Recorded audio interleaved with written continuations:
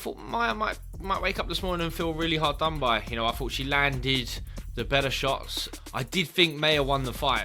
I'm going to disagree with you because I thought it was one of them that was really close. It could have gone either way. And I'm not going to say that it was a robbery because I don't think it was. It was one of them that if Mikaela Mayer would have got her hand held high, you'd have said, OK, fair enough. You know, you always got that feeling, you know, as a challenger away from home, could go either way. Listen, it always baffles me. Such a wide gap. You do think to yourself, well, you've won it by 1 point. Yeah, Mikaela Mayer won it on another judges. So, the referees and judges need to get together and really decide amongst each other what wins a round, because it seems like everyone's got a different idea. I don't think there's any real complaints about that. I thought it was close. I think she finished strong as well, Natasha Jonas. It was her time last night. For me, on paper, that has to be her best win.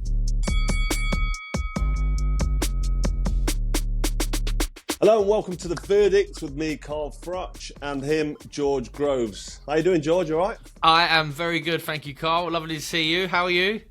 Lovely to see me, eh? Look at this lot. Proper mates, aren't we now? It's nice to see you as well, George. Well, I've seen you back to back. So we did Peterviev against Smith the other week, and now we're here already back with a bit of decent boxing. So absolutely. Let's get stuck straight into it. Last night, Mikaela Mayer and Natasha Jonas. What a thrilling fight that was. I was, I'm not going to say edge of my seat, but that was a great fight. That was all the way through. I thought Natasha Jonas was under the cosh a little bit, but when you thought she was taking too many shots, she'd turn it round and come back and land her shot. So for me, close one. But before I waffle on, what's your verdict on last night's fight between Mikaela Mayer and Natasha Jonas? Yeah, verdict for the fight was that it was a good fight, very good fight. Both ladies landed a lot of shots, but I did think Mayer won the fight. I know, obviously, Jonas, she's the Brit. There was a lot of support for her in the arena that night. Yeah, you couldn't really hear it on the TV, but the commentators were saying about how, how much the crowd was on her side, and of course they would be. But I thought Maya might wake up this morning and feel really hard done by. You know, I thought she landed the better shots. She definitely, marched on forward. She had like a bit of a 1950s boxing style, Carl, I felt. I remember her feet being a little bit sharper, but last night, up at the new weight, I thought her feet were a bit slow. But once she did manage to get into range, she was just thumping away. Targeted the body early, and I think probably decided that Jonas might be a bit suspect to a few body shots to try and slow her down. I think Jonas probably won the first 2 rounds maybe, but then I thought Maya were picking up these rounds. So, you always got that feeling, as a challenger away from home, could go either way, especially with women's boxing 2 minutes. But I thought Maya won that fight. How did you see it, Carl? I'm going to disagree with you because I thought it was one of them that was really close. That could have gone either way. I thought Natasha Jonas was brilliant countering, but like I said at the beginning, I thought when it looked like she was under the cosh and she was taking too many shots, she then fired back and came back probably in the next round a bit stronger. It was really, really close, and it could have gone either way. And I'm not going to say that it was a robbery because I don't think it was. It was one of them that, if Mikaela Mayer would have got her hand held high, you'd have said, OK, fair enough. And Natasha Jonas got her hand held up, so she won the fight. And you'll just say, listen, it's one of them. It's one of them close fights that could have gone either way. It would be a rematch you'd want to see, that's for sure. I mean, is it something you'd want to see again? If they boxed again, you'd be excited to watch it. Yeah, I think, I feel sorry. I think Maya, as I say, if you think Maya won, then she didn't get the decision, then you hope she does get a rematch. She's in the ring after saying there was no rematch clause for her. There was for Jonas, obviously, as the champion. Maybe a bit of bad management from her side. Yeah, so, but the judges' scorecards, I think one judge had it 97, 93 to Mayer, and then the other 2 obviously had it to Jonas. I mean, what do you make of the scorecards, Carl, when they're that wide? Is that just down to these rounds could have gone either way, or do the referees and judges need to get together and really decide amongst each other what wins a round? Because it seems like everyone's got a different idea. Listen, it always baffles me when one has it 97-93. I mean, it's a 10-rounder, so it was 97-93. That's quite wide. That's a 4-round swing on that. That's 4 points.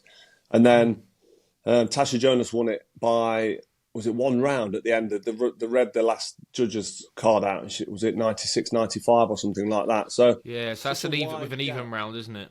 Yeah, with an even round. Such a wide gap. You do think to yourself, well, you've won it by 1 point. Yeah, Mikaela Mayer won it on another judges. So maybe the angle where they're sat on the ring, because they sit on different sides of the ring, don't they? And when you sit in a certain position, like when we're doing comms for a broadcaster, you don't always see what's going off because one of the opponent's back is to you. So you don't always see the shots landed. I'm not making excuses for dodgy scoring or bad scoring, but from the other side of the ring, you'll see the punches land. So it's the punches that catch the judges' eyes that make them then score and say, right, okay. When Tasha sits down at the end of the round, they'll say, yeah, she won that round. Or they'll say, yeah, Mikaela Mayer, she won that round. And there's not much in it. So subjective scoring. So depending on where you sat. So I think this is where we're getting. And we've had the scoring debate before and talked about maybe there should be 3 people independently sat in a room scoring it on the television where they get all the camera angles. And then when it's close or there's a massive dispute, they pull them in and say, right, let's have a majority verdict of everyone together. But I don't think there's any real complaints about that. I thought it was close. It's what you liked, and I thought Tasha really pulled it off. And she finished strong as well, Natasha Jonas. So she deserved the win. And don't forget, she lost to Katie Taylor in a really, really close one. She might have had the little bit of the rub of the green there, Tasha, last night. But Terry Harper, remember that one? That was a draw. And I think everybody knew what happened there. 42 out of 44 boxing writers had Terry Harper losing that. 42 out of 44 boxing writers, I read that after. And that was a draw for Natasha Jonas. So, you know, it was her time last night. She worked out the hard spots. She was busy when she had to be. She was landing some of the eye-catching shots. Don't get me wrong, she got hit with some hurtful-looking shots.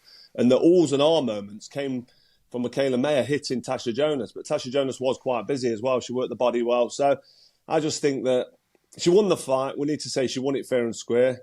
And we move on from it. But what a great fight it was. Really enjoyed it. So how would you rank that win last night for Jonas? You know, she's been in there with Katie Taylor but didn't get the win. She was in there with Terry Harper, didn't get the win. Is this her best victory? I think it might be on paper. You know, looking at the biggest name she's probably beat. Listen, well, when you look at the stats and facts, as I always like to check out before speaking, Natasha Jonas, number 9, pound for pound.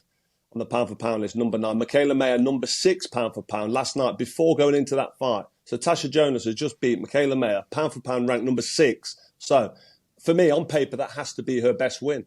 And I think it was a great performance, to be honest. Real good performance in a close fight, but definitely Natasha Jonas's best win.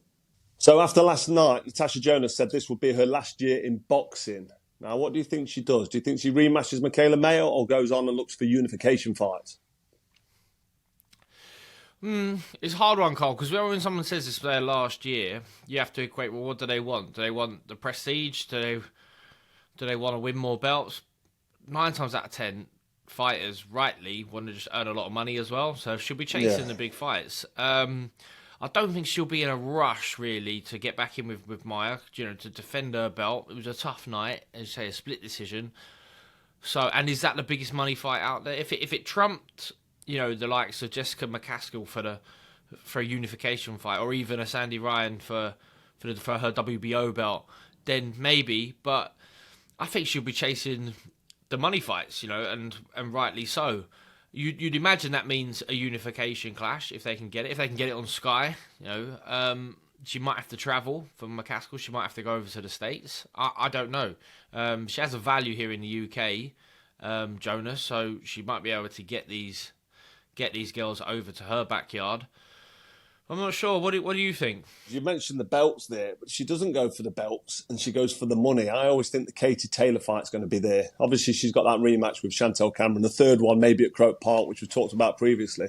So if Katie Taylor does come through that one, or maybe even doesn't come through that one, but loses in a great fight, I always think the Katie Taylor, Natasha Jonas fight will be there, and that will be the big money fight. So, you know, chase the belts or chase the money. And you know what it's like boxing. The landscape changes all the time, depending on who wins and who loses, if anyone's injured. So I think the rest of this year could be a really good year for Natasha Jonas. But yeah, she's got to see what opens up. But I think you're right. She might not fancy that Mikaela Mayer rematch straight away because tough fight for her. And she's already done it. You know what it's like when you've had a fight and it's been tough. Unless your name's George Groves, you want to jump straight into a rematch with a Cobra after what you thought was a bad stoppage. You're not that eager to jump straight back in. You wouldn't have wanted to jump straight back in with me after the Wembley fight, would you? Sorry to talk about us again, but We always end up coming back to us at some stage. Yeah. I mean, if only. Can you imagine if I'd got a third fight? That'd been the dream. Do you know what I was thinking last night? Of jumping in that Super Series with you, Callum Smith, Chris Eubank. Get some more little at the end of my career. Oh, you wanted to jump in on there. I was just thinking about it. You would have got out the divs, mate. You wouldn't have got out. There was no it was You wouldn't have got out the divs. Not like when your one where you could just keep you could lose and still get through. I'm having the chat to Callum Sound explaining to me. Right, he was all nervous about going in, but you've got a gift, you get a pass. You lose the Kesler, you get through. Right, don't you lose one in the little divs. There was like a little round robin divs, weren't there? And then we'll put you through. Yeah, there was. Right, nice one, George. So the next fight we'll be looking at is Joshua Buatsi against Dan Aziz. How do you see that one going? This is a really good fight, Carl. I'm really excited about this fight. It's been delayed, so it was supposed to happen at the end of last year. Aziz obviously pulled out fight week. It was with a back injury, so it got delayed from October. So this is a WBA world title final eliminator. So the winner, in theory, gets a shot at Bivol. So Bivol's the WBA world champion, isn't he? We're told, I'm not sure if it's been announced yet, fighting Baturviev. That'll be out in Saudi. For all the marbles.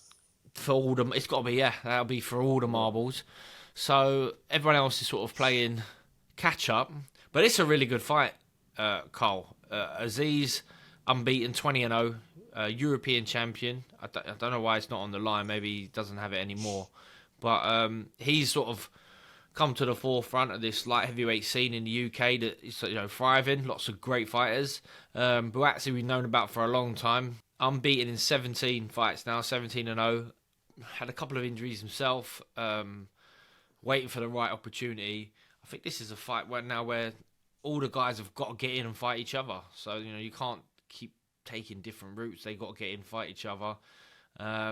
This could be a barnstormer. What do you make of it? Could be a good fight. Both are going to come to win, aren't they? I think it's about time Joshua Buatsi actually took this opportunity, because he's had a couple of chances in the past where I just think he's in the mix here, but he's not wanting to fight anybody. Then he left Eddie Hearn, didn't he, when Eddie went off to DAZN.